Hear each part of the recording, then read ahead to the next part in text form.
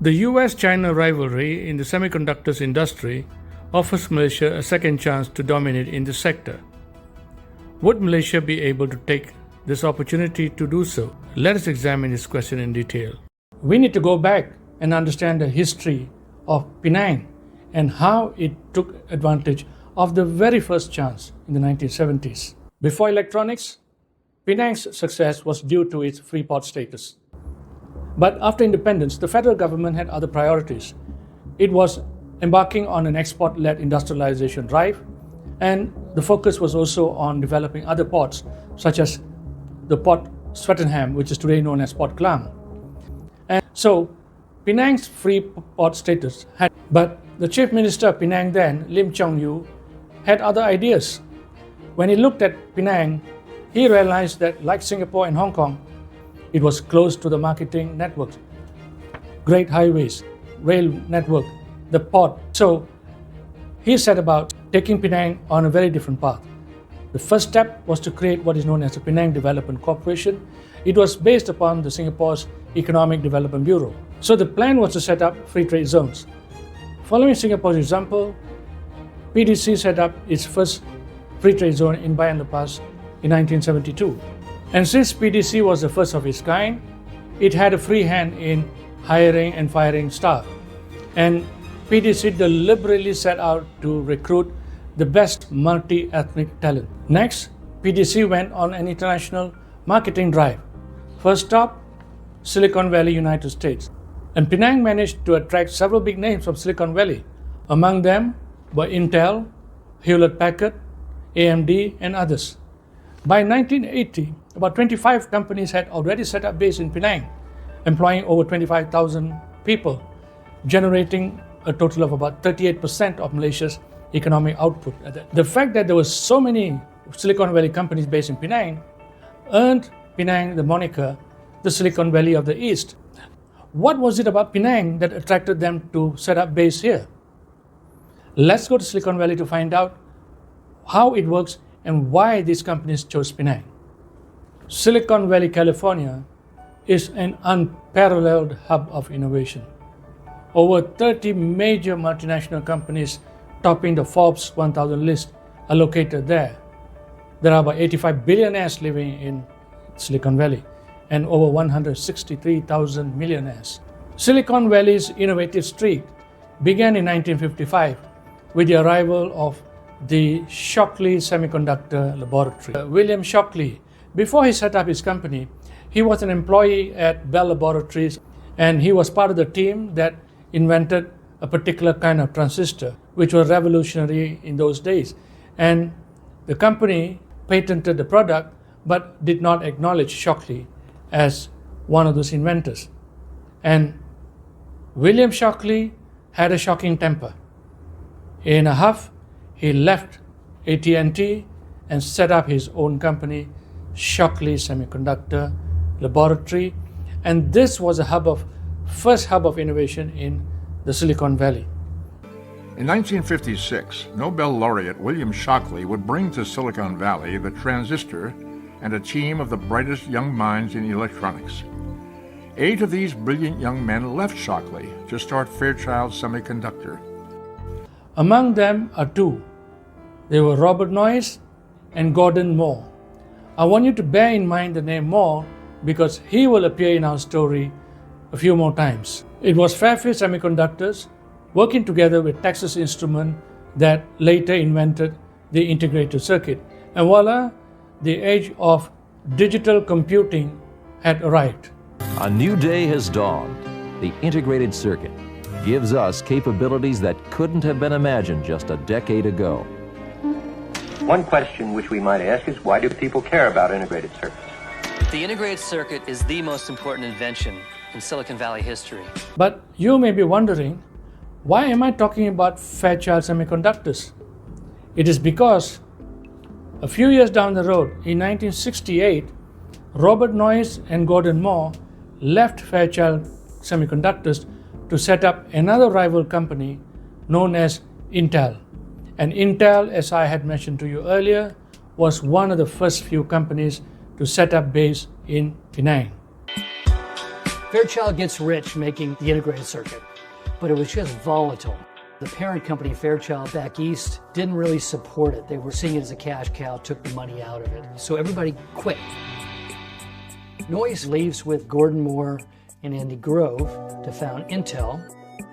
Within a decade, they were being called the most important company in the world. But this is where things get interesting. Because the integrated circuits now had made computing more powerful, it was at the forefront of technological advancement.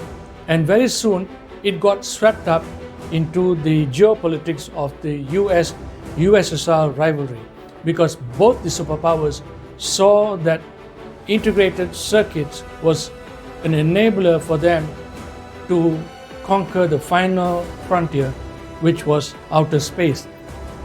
And the US, having been humiliated by the USSR several years earlier, because the USSR had managed to put up its first satellite, Sputnik 1, the US now was on a race to do better. It wanted to put up a manned mission out in space. To do that, two agencies were set up. One is NASA, the other one is DARPA. DARPA stands for Advanced Research Projects Agency, an agency under the Defense Department. NASA's space project advanced the technological progress of the human race by leaps and bounds. Examples of these revolutionary developments abound, but one extra special item was in its computer.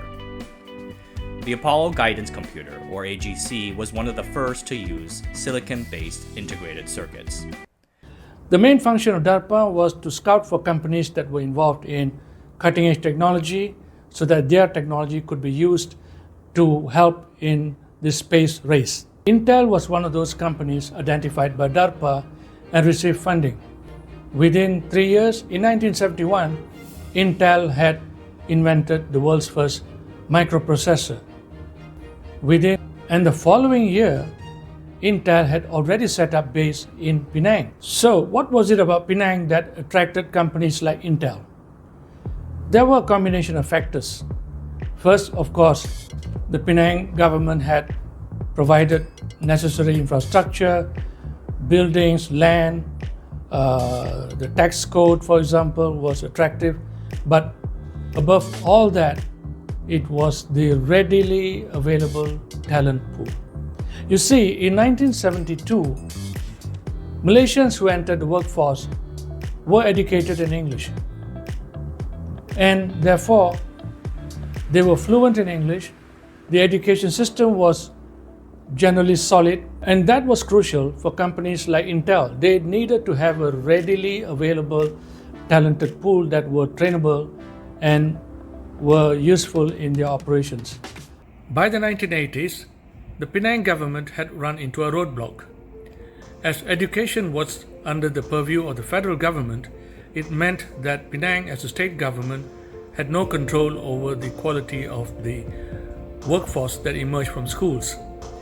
A combination of changes to the education policy and the language policy resulted in the change in the workforce that was available. To overcome this, the Penang government stepped in by setting up the Penang Skills Development Center, where the government had set up the infrastructure, set up the training institute. It paired, or rather cooperated with the companies to develop a curriculum which provided training for school leavers, unemployed graduates, and those who have been laid off from the electronic sectors, and re-skilled them so that they could be taken up by these companies as their workforce. Since then, many other states have replicated Penang's model, and new semiconductor industries were set up in other states as well. And fast forward to 2024.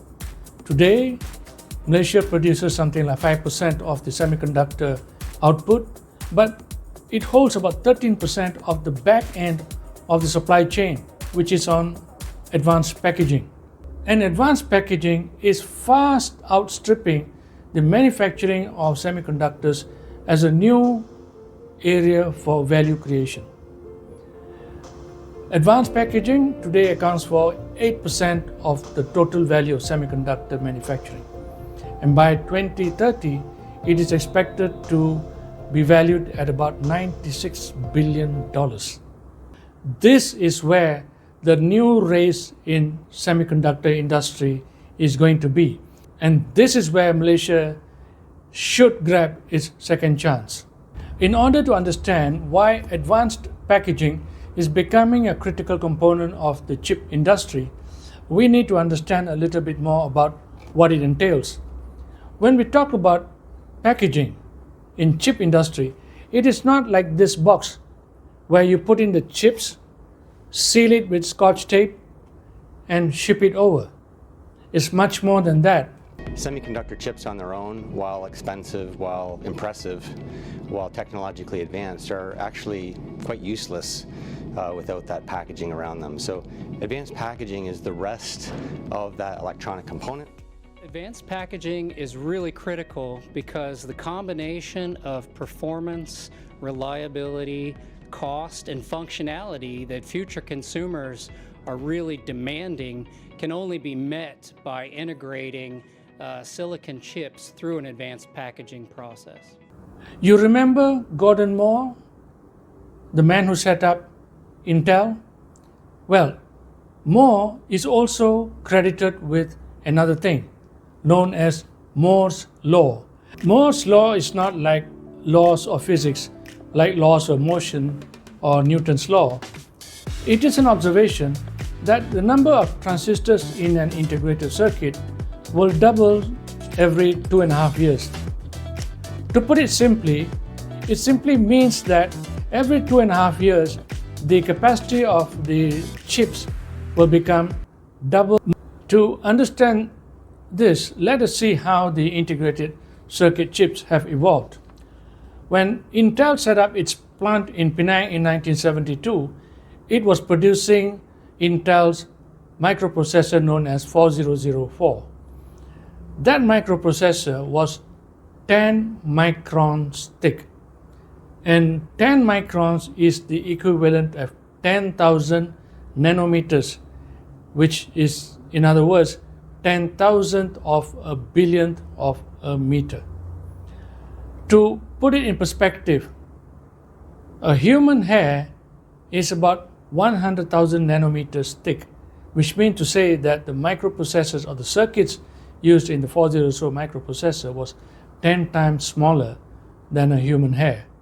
But as Moore's law predicted, the size of the circuits continued to decrease, and today the TSMC, or the Taiwan Semiconductor Manufacturing Company, produces chips of 3 nanometers in thickness. Can you imagine that? In 1972, the microprocessor was 10,000 nanometers. Today, it is 3 nanometers thick. And TSMC has announced that by 2026, it would roll out an even smaller chip, which is 1.6 nanometers. Mobile chip company MediaTek has developed its first chip using semiconductor giant TSMC's advanced 3 nanometer technology. MediaTek's chipset is set to hit the market next year. It's designed for use in smartphones and intelligent cars, among other devices. As the chips become smaller and smaller, it becomes more and more difficult to produce them. It is also much more costly to produce these very small chips, as the figure shows. For example, a 62 nanometer chip costs something like $29 million from design to production. Whereas the 3 nanometer chips that I just spoke to you about cost something like $872 million. This 1.6 nanometer chip that TSMC is now planning for sure will cost more than $1 billion. So new ways have to be found to squeeze even more power from these chips. And this is where advanced packaging is coming into play. For example, there is a patent out there which shows that 2 14 nanometer chips can be stacked in a certain way which would make them act like a 7 nanometer chip. Can you imagine that? Two 14 nanometer chips acting together as a 7 nanometer chip. Don't ask me how it works, but this is how advanced packaging is able to squeeze more power out of chips. So if 14 nanometer chips can be stacked together in certain ways to make them act like 7 nanometers, same could be done with the 3 nanometer chips and 1.6 nanometer chips to squeeze even more power out of them. So this is where the race is in the semiconductor industry, finding innovative ways of packaging so that more power could be produced out of existing chips. And today, the global leader in advanced packaging is China, which controls about 38% of the market. In comparison, the United States controls only 3% of the advanced packaging market. Malaysia, as we have mentioned earlier, is responsible for about 13% of this advanced packaging market. And because advanced packaging is now getting very important, the US has deemed that foreign control over the advanced packaging as a national security risk. For this reason, US manufacturing companies have been put on the sanctions list so that they cannot sell them to China. In addition, companies from Japan, South Korea, and European companies too have been put on similar lists to prevent China from acquiring this technology or innovative processes in advanced packaging. And concerns over the possibility that the United States might sanction advanced packaging companies is now driving Chinese companies as well as American companies and European ones too to set up base in Southeast Asia. This relocation would boost Southeast Asia's share of advanced packaging to about 27% of the global share. So this global shift to move semiconductor industries involved in the advanced packaging part to Southeast Asia is giving Malaysia a second chance. Malaysia now has a chance to try and dominate this part of the value chain, the back end part, which is collectively known as the assembly, testing, and packaging. However, time may not be on Malaysia's side. Unlike the first round of opportunity where Penang was able to position itself as a leader in semiconductor manufacturing, this time around, we may not have the leisure of slowly setting up the infrastructure to dominate this field. So what it means is that Malaysia must act quickly. In this regard, the challenges faced by Penang in positioning itself as the Silicon Valley of the East offers some useful lessons.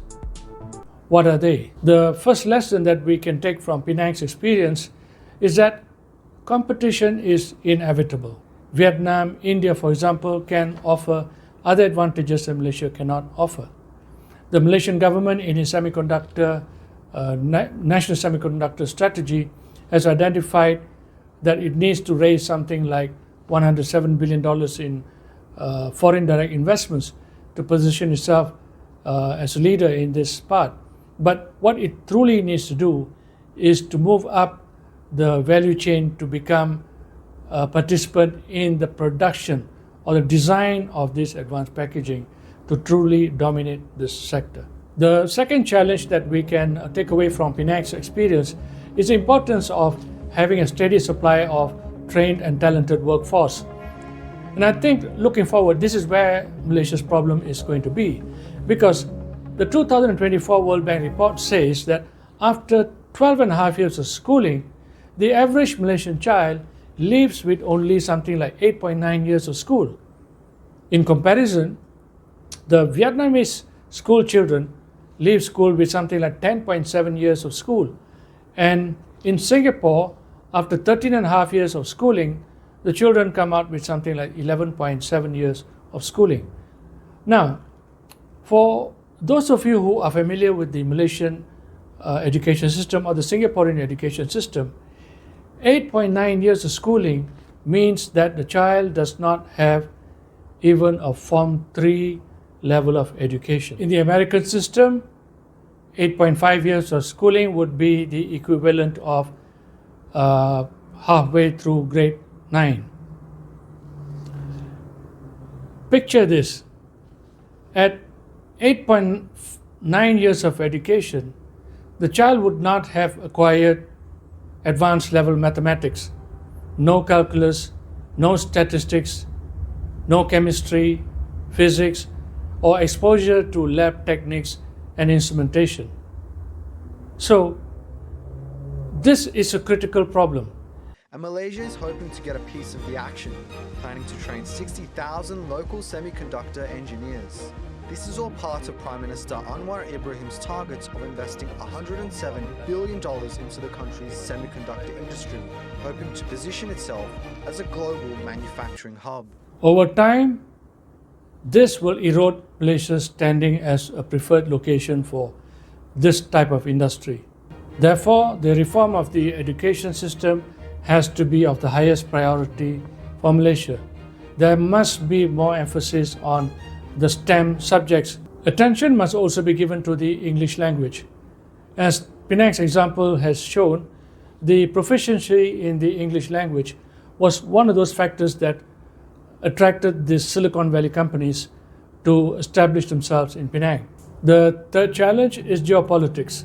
As we should know by now, this sector is highly susceptible to the US-China rivalry. Therefore, it is important for Malaysia to continue to not take sides. Today, Malaysia is interested to join BRICS, and even as we look forward to joining BRICS, emphasis must always be on the economic side. There are other challenges too. These are of a technical nature, such as water constraint, pollutions, because this industry uses all types of chemicals and so on. But these are not within the scope of this channel, so I should not deal with them. We began by asking if Malaysia would be able to take advantage of that second opportunity to dominate this industry. To answer this question, we looked at Penang's example, and we have identified 3 challenges. And out of these 3 challenges, it seems that the supply of talented workforce is a key challenge. If you liked this video, please hit the like, share and subscribe button. And as usual, I would love to hear your comments too. Thank you very much.